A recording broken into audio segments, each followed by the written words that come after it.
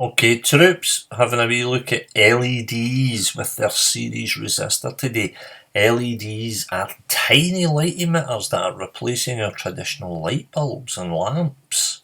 And they have many advantages over traditional glass light bulbs. Some of those advantages are they are very cheap to make, pennies, they last for thousands of hours. You can get any colour you want, including white and ultraviolet. They can be made as small as you like, they use a tiny amount of power and they don't give off any heat. There is an example of an early LED there, and it's got a bit of a strange symbol. There's a symbol for an LED, it's got two arrows pointing away from it. The arrows pointing away indicate that it's giving out light, and those arrows can be anywhere on the symbol as long as they're pointing away from it. The thing about an LED is it's a diode, so it must be connected the right way round, and it's got a triangle shape on it, and that triangle, the tip of that triangle should always be pointing towards the negative terminal of the battery or the power supply that it's connected to. So the tip of the triangle to the negative terminal. It also needs, remember those arrows pointing away from it, and it needs a series resistor to protect it. Now, if we were to redraw the circuit, you might see it in a variety of arrangements as long as it's got a series resistor. And there is the LED symbol with the triangle pointing towards the negative terminal. Okay, tip of the triangle, negative terminal.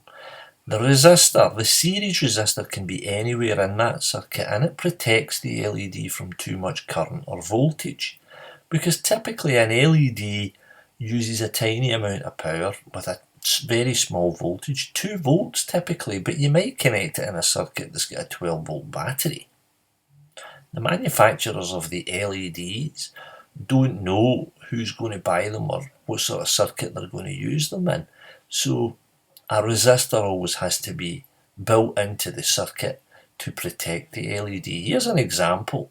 It's an LED that needs 2 volts and 80 milliamps, and it's connected in a circuit with a 12 volt battery. So the question is, what size is the resistor? Well, that resistor will have to take 10 volts because it's a 12 volt battery. The LED gets 2, so the resistor gets 10 volts. And we can use Ohm's law to work out the size of that resistor. Remember, you can put your Ohm's law equation in a triangle, and we want R, so R equals V over I. Now, to work out this resistor, we don't use the 12, we don't use the 2, we use the 10 volts. The resistor has to take 10 volts to protect the LED, and we divide that by the current, 80 milliamps. 10 to the minus 3 is milliamps. That gives us 125 ohms. You must always use the voltage across the resistor when doing these sort of questions. So, we'll try another one. Here's another one then. This time it's a ultra bright LED. It needs 2.4 volts and 100 milliamps to operate normally.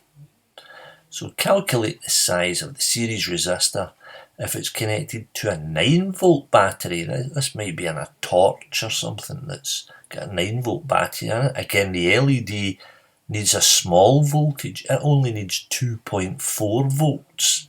So that resistor has to protect it by taking the rest of the voltage.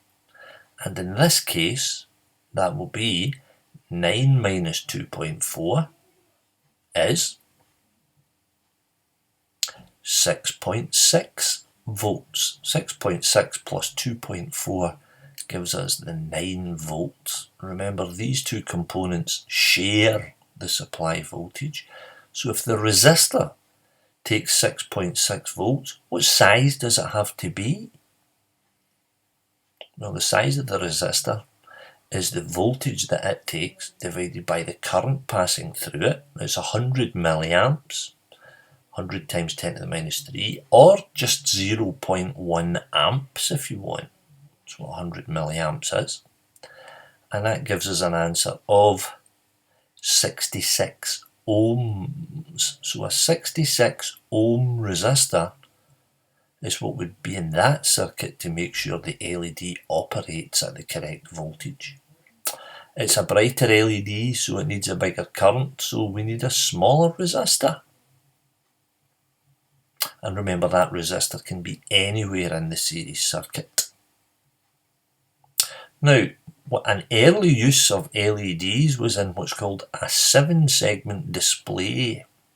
It's the sort of display that you would see on a calculator or a digital clock or a digital watch. It looks like a figure of 8, and that figure of 8 is made up of 7 sections. Each section is an LED, those grey sections that you see in the picture there.